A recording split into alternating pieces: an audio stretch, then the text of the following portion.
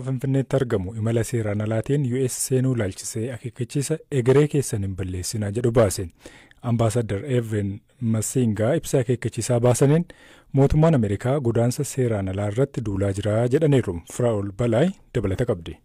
Ameerikaa nagaa qabdu jabduu fi badhaatuu gochuuf Pireezidaant Tiraamp seerri immigireeshinii US akka eegamu mirkaneessuutti jiru jedhan. Masingaan seeraa ala dachee US seenuu fi achi turuuf yaaluun adabbii cimaa qabas jedhan. Ambaasadarichi karaa seeraan alaa US yoo galte viizaa argachuuf yoo kijibde hayyama malee hojii yoo hojjetta ta'e yeroon viizaa kee erga raawwate achitti yoo argamte adabbii cimaatu jira jedhan. Adabbiiwwan kunniin yoo ibsan hidhaa bu'uu dirqiin biyyatti deebifamuu fi dhaabbiidhaan viizaa US gonkumaa akka hin arganne ta'uu akka malu beeksisaniiru. Maatii fi hiriyaa seeraan ala US jiran yoo qabaattan qeetti akka deebi'an yeroon itti himtan ammaa jechuunis dhaamaniiru. Masingaan dhaamsa kamisa baasaniin waa'ee ragaa waliin dhahuun viizaa argachuuf yaaluu balaa inni qabu ibsuun akeekkachiisaniiru. Adeemsi viizaa US addunyaa irratti isa amanamaadha kan jedhan Masingaan namootni hin hubanne gariin ragaa sobaa iyyata dhugaa hin taanee fi erga viizaan isaanii raawwate seeraan ala achi turuun sirnicha gowwomsuuf yaaluu jedhaniiru. Haala kanaan yoo seera cabsite ni adabamtaa. Deebitee United States akka galtu hayyama hin argattu jedhan. Nyakee dhabdaa faayidaa kamuu caalchifattee US'tti seeraan ala yoo imalte jireenya kee dhabdaa miidhamaa yakkamtootaa taata yookiin ammoo galmee hegeree kee fi kan maatii kee dukkaneessuu maltaa jedhan. Masingaan nama seeraan ala US jiru yoo beektan wanti gaariin isaaniif gochuu dandeessan qabamuu isaanii dura achi akka bahan gorsuudha jedhaniiru. Gara US imaluu fi achi turuuf karaa isa sirrii qofa namni akka filatus Masingaan dhaamaniiru. Lammiilee seera malee US galan qofa osoo hin taane namoota isaan gargaaranis gaafatamoo gochuuf bulchiinsi Tiraamp murannoo qabaachuu beeksisaniiru. Kanneen namoota seeraan ala olii gad daddabarsanii fi aangoota mootummoota alaa hojii akkasii keessatti hirmaatan irrattis tarkaanfiin ni fudhatamaa jedhaniiru. Ministeerri haajaa alaa US Marco Rubio dhiyeenya kana imaammata to'annoo viizaa haaraa aangoota alaa ilaallatu kaa'us ambaasadar Masingaan ibsaniiru. Imaammatichi hojjettoonni immigireeshinii gumuruukaa fi buufataalee doonii godaansa seeraan alaa dhaabsisuurra itti fufsiisuuf gahee bahan ilaallata. Akka seera kanaatti aangootni biyyoota alaa kunniin nageenya US'tti rakkoo uumaa waan jiraniif ofii isaanis US galuuf hayyama hin argatani. Namichi haadha warraa isaanii ajjeesuudhaan dhoksan mana murtii olaanaa godina Boorana Bahaatti hidhaadhaan adabaman. Himataman umuriin isaanii ganna 70 ta'an obbo Daalacha Halakee jedhaman aanaa Gumii Eldalloo bakka Bulbul jedhamutti haadha warraa fi haadha ijoollee isaanii kata'an addee Dukkallee Liiban jedhaman ajjeesuudhaan awwaalan. Bakka bu'aan itti gaafatamaan waajjira abbaa alangaa godina Boorana Bahaa obbo Qaasim Dureessaa BBC'tti akka himanitti yakkamaan kun ajjeechaa kana raawwachuun dura boollatti awwaalan qotanii qopheeffatanii jedhaman. Waa'illi koo maatii olaanaatu dubbise. Karaa duuda duwwaatiin ulee morma ishii erga rukuteen booda ajjeese. Osoon ajjeesiin duratti ammoo boolla qotee qopheesseetu jira. Boolla san keessatti awwaalee jechuudha. Achiin booda guyyaa 28 erga turteen booda hawaasni barbaacha irra ture. Jidduma kana ammoo yeroo inni boolla kana qotu namoonni dursanii argan kanaan dura jiru. Shakkaliitumaan iddoo inni boolla qotee sandaqanii yoo ilaalan boolli sun duudee jira. Boollicha sanii erga qotanii booda reeffa ishee achi keessatti arganii jechuudha. Reeffi ishee guyyaa 28 booda jechuudha?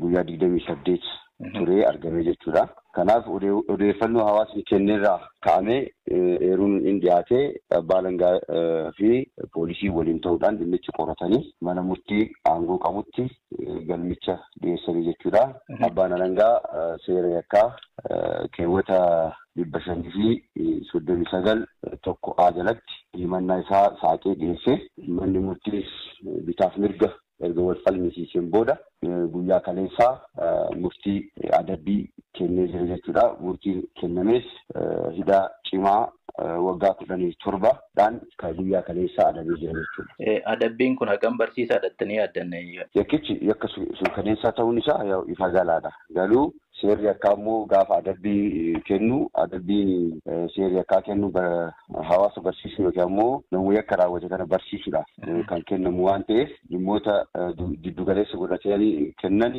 sababoota adabbii salphisan manni murtii kaasee ni jira yookiin immoo himatamaan kaafatee ni jira haala umrii isaa giddugaleessa godhachuudhaan himatamaan kunis dhibamaa ta'uusaa akkasumas maatii bulchuusiin qaba kan jedhu kana giddugaleessa godhatamee adabbii yeroo kaayoo seeraa wajjin ilaallu adabbiin kun adabbii barsiisaadha kan jedhu kaafne jechuudha nu gama keenyaan. Tarii yeroo yakki kun ifa ta'ee turetti miidhamtuun kun ulfaa ka jedhu namooti deemaa ture waan sun dhugaadha mana murtii irratti wanni beekame jira. Sun ingirii reef yerootti reeffishii kan bahedha.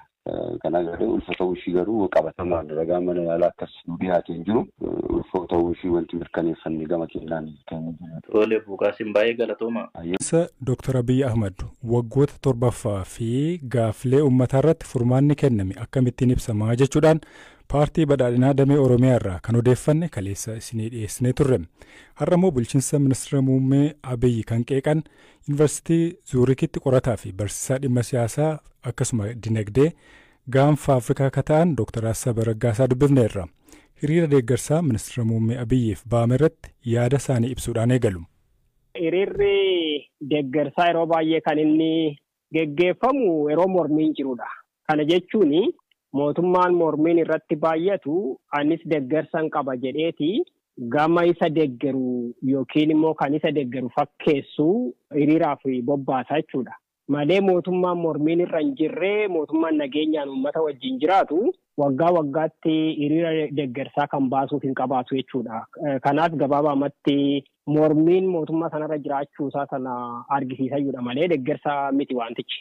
Mee jijjiiramni amma dhufe yookiin immoo bulchiinsi mootummaa yeroo ammaa kun warraaqsa uummataatiin kan dhufe sirni isa dura ture rakkoo hammaata uummata irraan ga'uurraan kan ka'e warraaqsi uummataa taasifame achiin booda jijjiiramni mootummaa kun taasifame achiin booda haalli jiru ittumaayyuu hammaate moo hin fooyya'e? Egaa kun gaaffii man qabu guyyaa guyyaatti kan uummanni argaa jiru addunyaan kan argaa jirudha. Uummanni keenya iddoo adda addaatti baaf kibbatti kaabaa fi dhiyatti iddoo hundatti ajjeefamaa jira. Qeerraa buqqa'aa jira. Namni oomishatee jiraachuu hin dandeenye. Keessumatti immoo lolli naannolee gurguddaa sadan keessatti naannoo Tigraay, naannoo Oromiyaadhaa fi Amaara keessatti lola cimaadha kan geggeeffamaa jiru. Oromiyaan waggoota 6 darban guutummaa irratti nageenya argattee hin beektu. Kanaaf waa'ee qaala'iinsa jireenyaa uummanni biyya keessa jiru ofuma isaatiin ragaadha. Kanaaf isa waggoota 7 darban kana keessatti tammaate moo hin fooyya'e jechuumaaf iyyuu gaaffii mayyuu hin barbaachisu. Uummanni gidiraa argee hin beekne keessa kan jaarraa meeqa keessatti iyyuu argee hin beekne keessa jiraata. Waggaan 7 egaa namni xiqqoo ishee dudduubatti deebi'uuf yoo barbaachise waggaa 7 kana gaafa muummichi ministeeraa kun aangoo qabate jijjiirama gaariitti dhufa jedhameeti. Qabsoon sunis immoo qabsoo baay'ee namni aarsaa itti kaffaledha. Dargaggoonni keenya qeerroof qarreen aarsaa guddaa waan itti kaffalanidha waan ta'eef abdii guddaatiin eegama ture. Abdiin sun garuu nama baay'eetti dafee nu hubanne malee yeroo suma sanadha kan inni karaa irratti hafe waggaa tokkoyyuu hin geenye akka inni karaa irraa maqe kan hubanne namoonni muraasni keenya inni kaan garuu wajjumaan tureeti amma garuu uummataaf galeera dheeyyaadha. Kana waggaa 7 kan abdiin ture amma waan biraarra geenye gidiraa argine hin beekne keessa argaa jira jechuudha uummanni keenya. Tarii mootummaanis ta'e deeggartoonni mootummaa badhaadhinaa jedhamu wantoota akka bu'aatti lakkaawwatan amma fakkeenyaaf hidha laga Abbayyaa xumuruu fooyya'insa magaalota keessatti misooma magaalota keessatti mul'atan oomisha qonnaatiin wal qabatee wantoota akka bu'aatti yookaan immoo jijjiirama kanatu fide jedhan lakkaawwatan qabu. Wanti akka bu'aatti yookaan jijjiirama kanatu milkeesse jennee lakkaa'uu dandeenyu qabatamaadhaan ni jira. Elaga mootummaan kanan hojjedhe jedheeti waa'ee qonnaa fi waa'ee koriidarii magaalaa sana qofatu hin ta'in wantoota baay'ee odeeffachuu danda'a. Garuu milkaa'ina jedhamee kan ilaalamuu qabu qabsoon jijjiirama sana jedhame sana dura ture maalirraa ka'ee gaaffiin turan sun maal turanii gaaffiiwwan sun deebi'anii uummanni gaaffii sanaaf deebii argateera moo hin arganne waan irraa fooyya'e qabaa kan jedhu sanaan madaalama. Gaaffii bu'uuraa gurguddaati ture. Waa'ee gaaffii dimokiraasii, gaaffii namni qeessaarra jiraatee hojjetatee nyaachuu danda'u. Amma immoo isarrayyuu darbeeti namni gaaffii akkamiirra jira lubbuudhaan jiraachuu maafiyyuu yeroonni wabii dhabeeti jirachuudha. Namni manaa ba'ee galuu hin dandeenye, namni hojjetatee buluu hin dandeenye, nageenyi hin jiru. Kanaafi akka milkaa'inaatti kan lakkaa'amu silaati innichi jalqabaa nageenya ture. Nagaan jiraatennaan tasgabbiin jiraatennaan namni hojjetachuunis hin dhibu. Uummanni baadiyyaa keessa jiru, uummanni magaalaa keessa jiru baay'een isaa gidiraa akkamii keessa akka jiru gaaffii hin barbaachisu sun guyyaa guyyaatti kan arginudha waan ta'eef.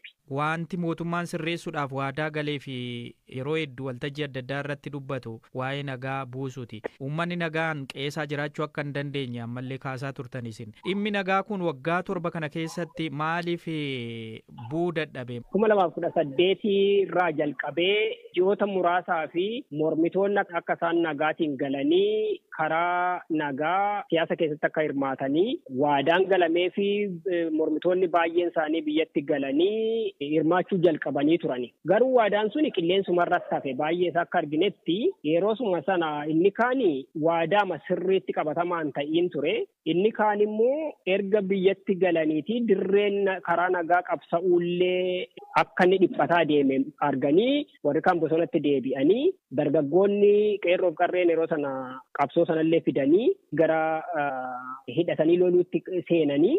Warri kaan immoo warrumti dura aangoorra turanii akka warra Tigraay fa'aa yoo fudhannee haala nagaatiin siyaasa sana geggeessuurra lola cimaa keessa galan. Kanaaf karuma hundumaa qophiin karaa mootummaa qofadha jechuun miti achirratti warri gareen biraas keessumaa warra Tigraay fi naannoo Amaaraa kana fa'aa yoo fudhanne qophii nagaa fi karaa hundumaarraa waan hin jirreef lolatti galamee jira jechuudha. Kanaaf silaati waggaa 7 hin taane waggaamti jalqabaa fi waggaan lammeeffaan akka muummichi ministeeraa sun aangootti dhufeeni daandiin nagaa qabatamuun hin danda'ama ture. Inni biraa dhimma dinagdeedhaan wal qabatu amma haala amma jiruun jireenya fooyyee fi qananii yookiin badhaadhina mootummaan jedhu kun dhugoomuu hin danda'a. Waa'ee nageenyaatiin rakkinarra jiru taanaani waa'een badhaadhinaticha jedhamu sadarkaa sanarra tun ta'iin amma kan yaaddessaa jiru beela argamee hin beeknetti seenuu danda'a biyyi suni. Uummanni iyyuma kanaan dura argee hin beeknetti seenuu danda'a kan jedhudha kan sodaachisu malee waa'ee badhaadhinaatii hawwamayyuudha miti yeroo kanarratti.